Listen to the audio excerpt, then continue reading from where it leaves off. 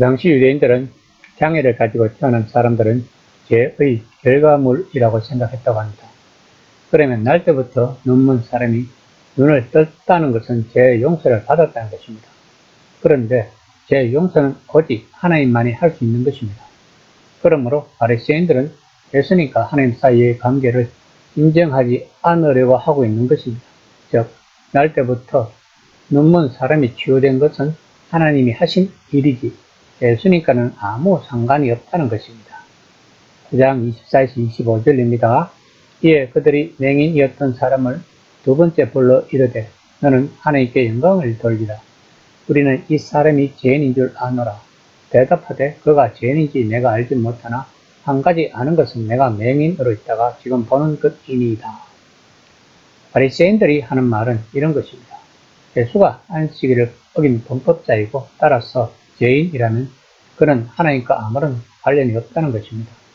그들이 예수님을 죄인이라고 말하는 것은 당연히 안식일을 어긴 것이라고 생각했기 때문입니다.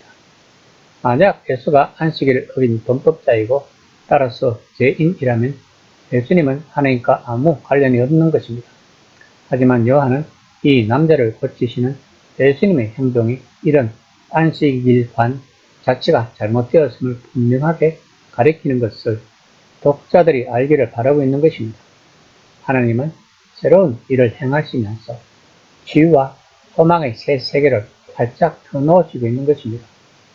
그런데 바리새인들이 자기 나름의 율법 해석을 고수하겠다고 고집하는 것은 그들이 얼마나 철저하게 하나님의 계획에서 어긋나는지를 보여주고 있는 것입니다.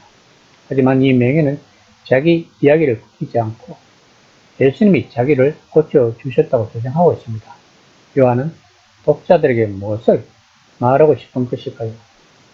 이 남자가 기세등등한 바리새인들 앞에서도 예수님이 자기를 고쳐주셨다고 주장함으로써 바로 하나님이 예수님을 통해 일하셨다는 것을 독자들에게 말하고 있는 것입니다. 바리새인들은 또다시 그 남자에게 어떻게 눈을 떼었는지를 묻습니다. 9장 27에서 29절입니다. 대답하되 내가 이미 일러서도 듣지 아니하고 어찌하여 다시 듣고자 하나이까? 당신들도 그의 제자가 되려 하나이까? 그들이 욕하여 이르되 너는 그의 제자이나 우리는 모세의 제자라. 하나님이 모세에게는 말씀하신 줄을 우리가 알거니와 이 사람은 어디서 왔는지 알지 못하노라. 눈뜬 사람은 이미 예수님이 제자가 되기로 결심을 한 것 같습니다. 이에 바리새인들은 자신들은 모세의 제자라고 말합니다. 하지만 요한은 5장 45에서 47절까지 모세가 예수님을 직접 언급했다는 것을 이미 말하였습니다.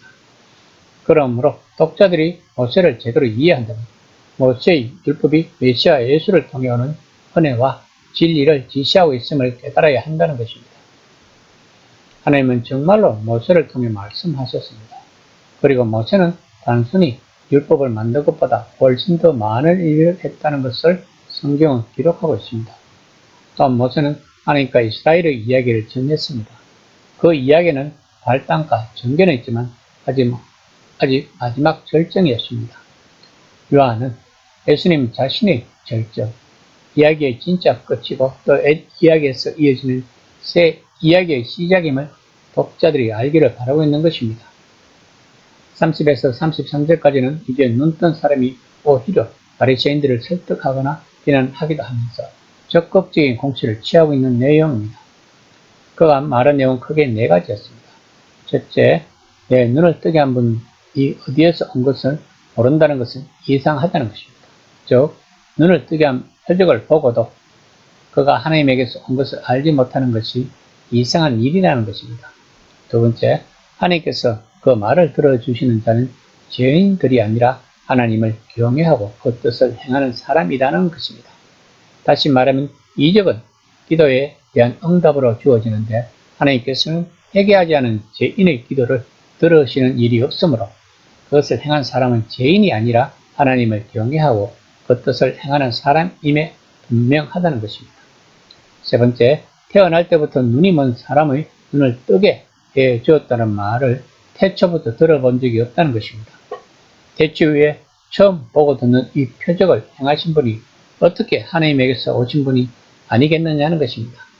네 번째, 이분이 하나님께로부터 오시지 않았다면 아무 일도 하실 수 없다는 것입니다. 이에 바리새인들은 그를 밖으로 쫓아냅니다. 9장 34절입니다. 그들이 대답해 이르되 내가 온전히 죄 가운데서 나서 우리를 가르치느냐 하고 이에 쫓아내어 보내니라.